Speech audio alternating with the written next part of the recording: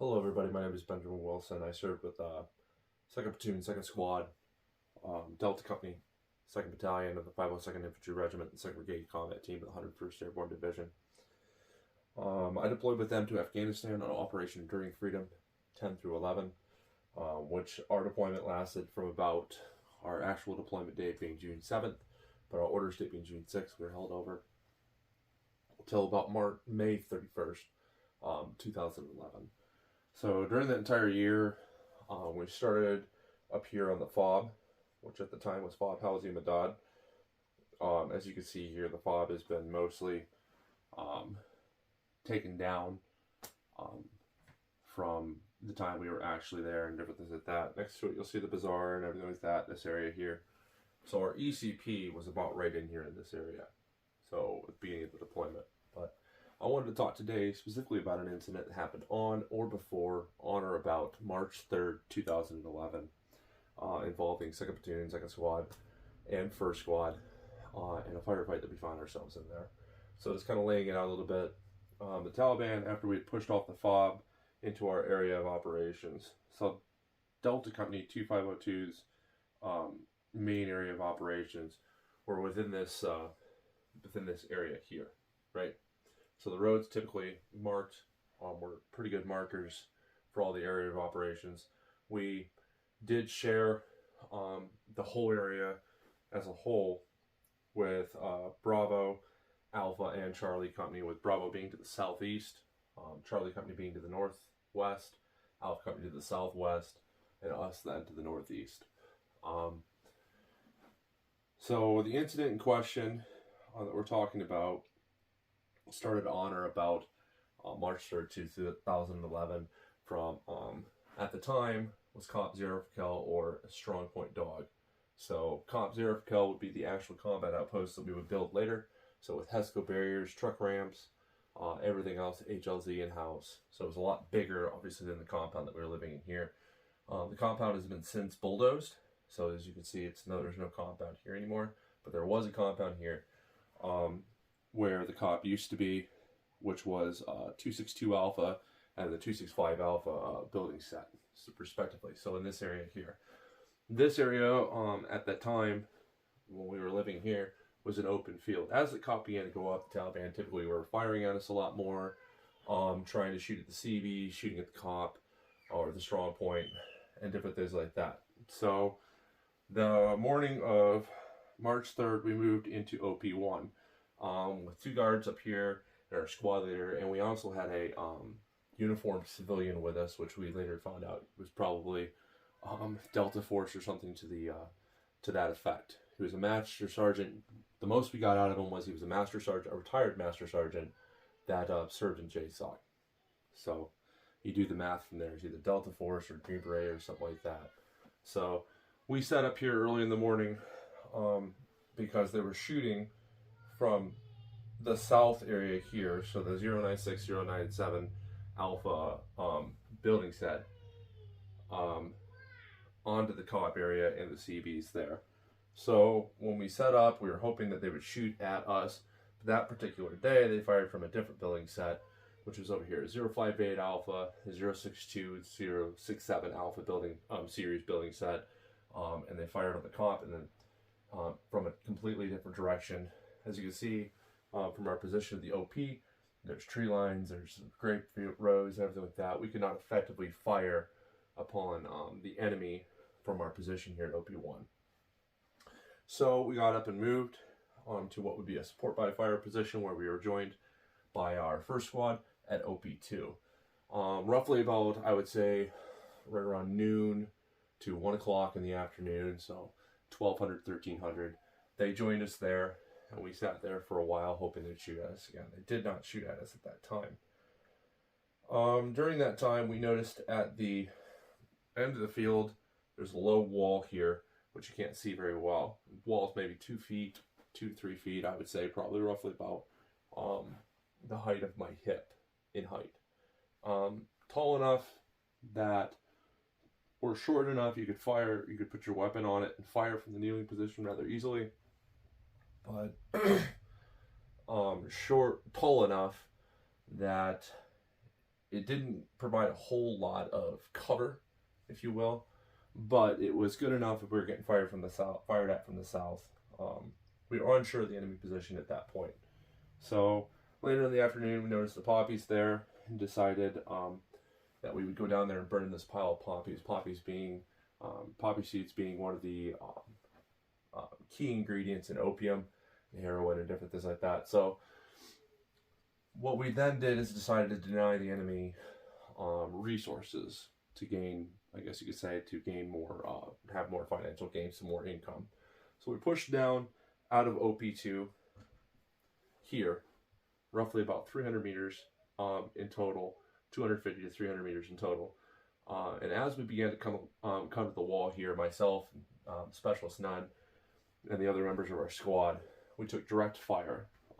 Immediately, the fire came from 096 and 097 Alpha series buildings, and it was the near-sided ambush side. So about 100, 150, 175 meters respectively, and there were spider holes that they were firing through within the building set here. We could see the muzzles of the AK, we could see the muzzle flashes, and they immediately engaged us. Samuel Torsen, at that time, immediately stopped and began engaging the western near ambush side during that time.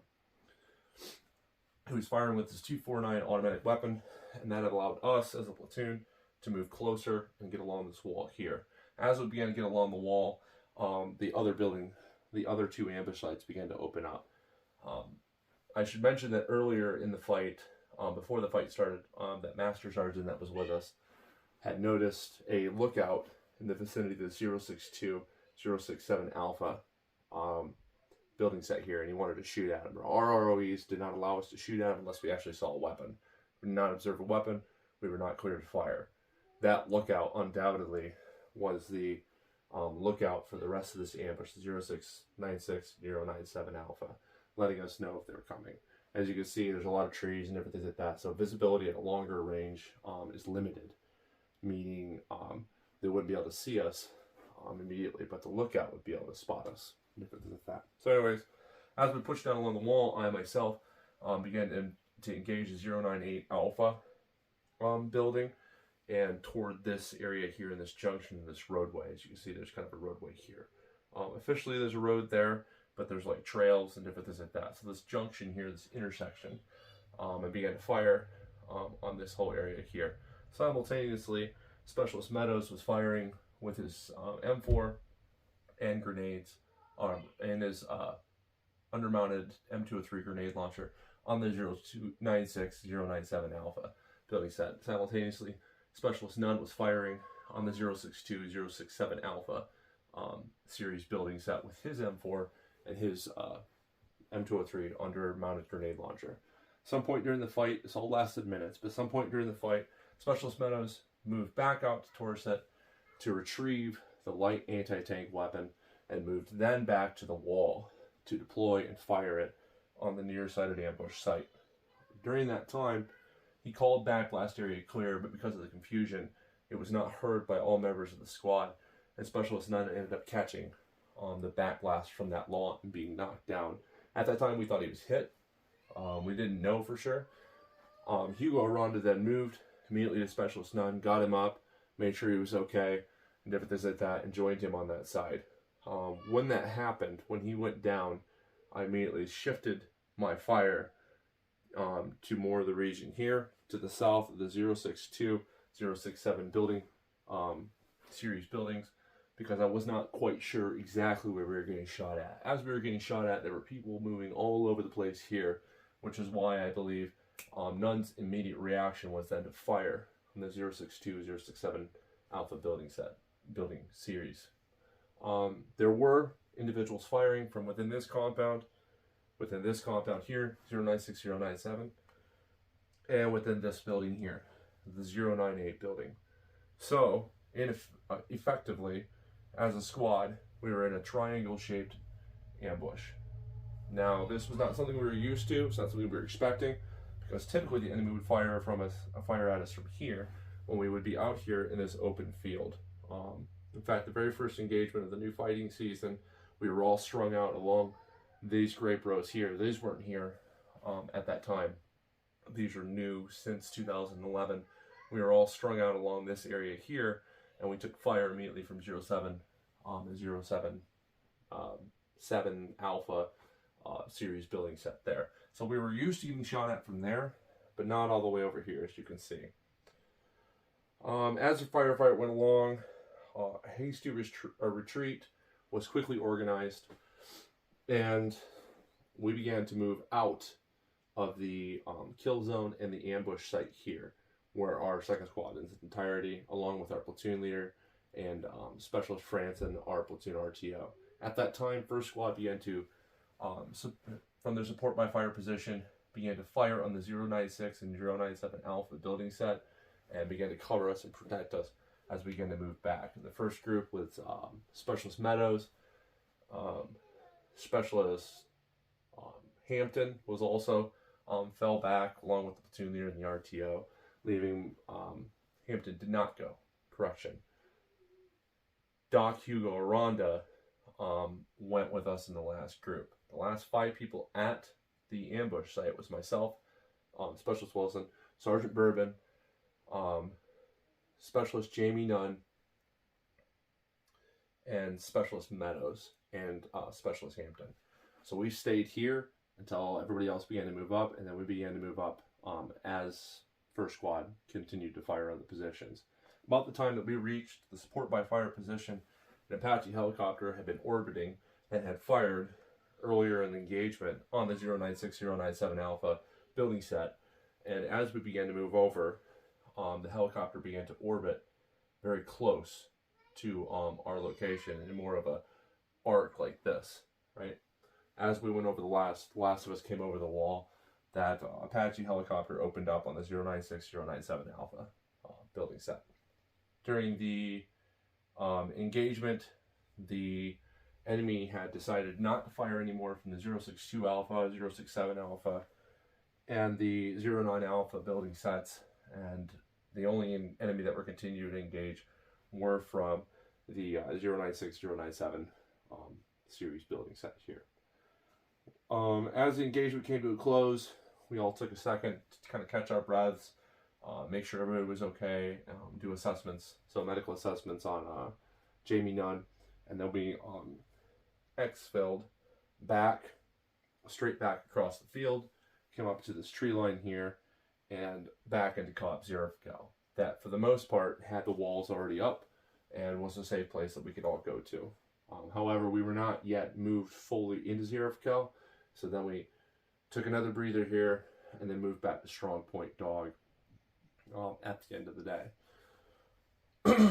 Many can argue that we shouldn't have been in the ambush site in the first place, but I think this goes to show that the Taliban were very smart in their tactics on this particular day.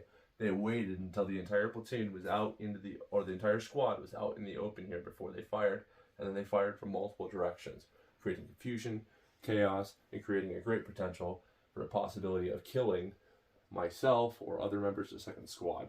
What they didn't count on was Samuel Torsat taking the initiative and laying down with his 249, immediately identifying that this is where the major threat was coming from, that the bulk of the enemy were here.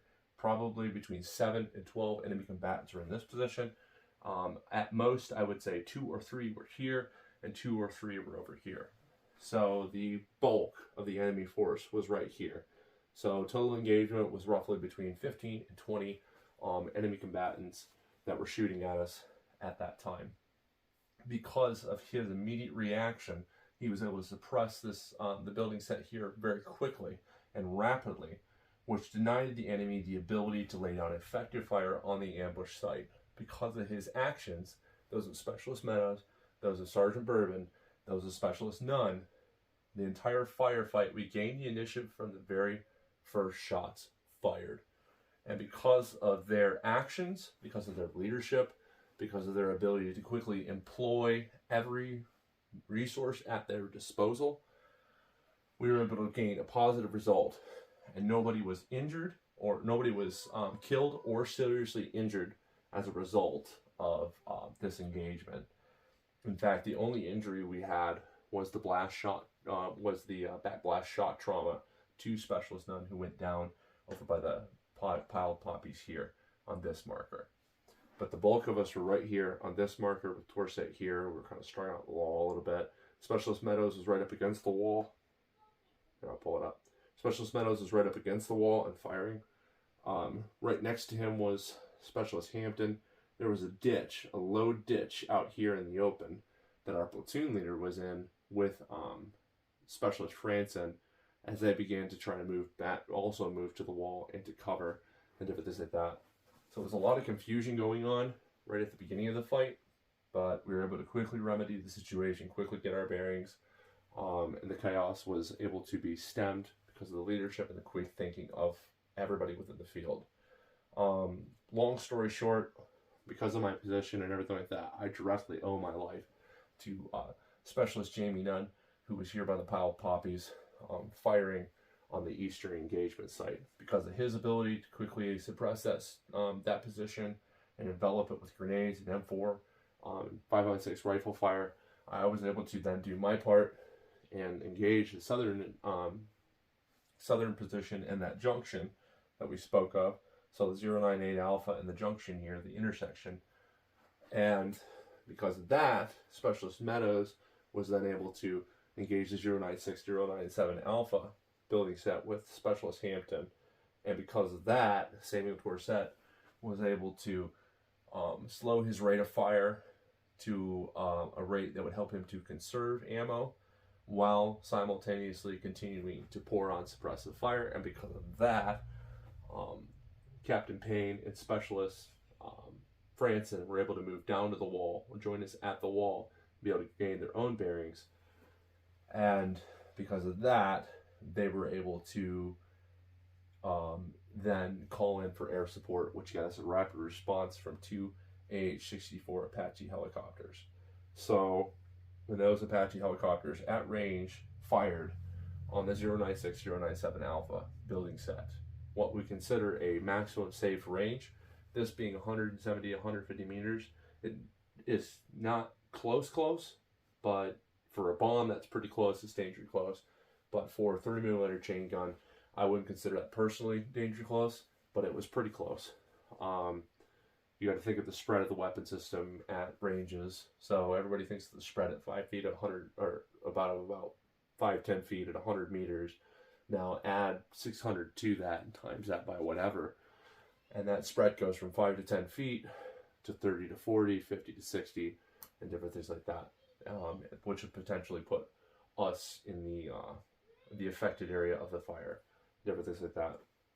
If the Apaches also had not been there when we were able to come back to support by fire position, I'm certain that the enemy would have attempted to continually engage us there at the support by fire position. We had been conducting a lot of operations.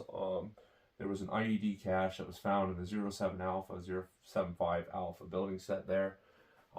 We also had learned not long after December 12th from the incident down at Sangzar Diwar area, which was here, Cop Diwar. They had brought down a vehicle-borne IED and crashed it into the compound that is no longer here, 025 Romeo, that was right here in this location. It's been since bulldozed, of course, and as you can see here in the picture, these bumps are indications of HESCOs possibly. But I do know the 025 Romeo location was the location of the compound that they hit with the BBIED that killed 6 Americans. 2 days later, we conducted an operation in the 062, 067 Alpha building set, and we found more VBIT. I think we found another VBIT and a bunch of SFS and yanked up a couple of guys. This 2 days later after the December 12th incident. And then they began to fire at us from this location. The hub between Bravo Company and us, so them here at Cop Diwar and us up here at SP Dog and Cop Zerifical, this general vicinity is where most of the enemy, their safe haven, if you will, that they were using to deploy attacks on us and on, and on Renegade for the last 6 months. I'd say 3 to 4 months of the deployment, but a total of 6 months, where Bravo Company suffered 2 catastrophic attacks where a total of 9 Americans were killed over the 2 attacks, 3 on one occasion on November 13, 2010, 6 on another occasion on December 12th, 2010.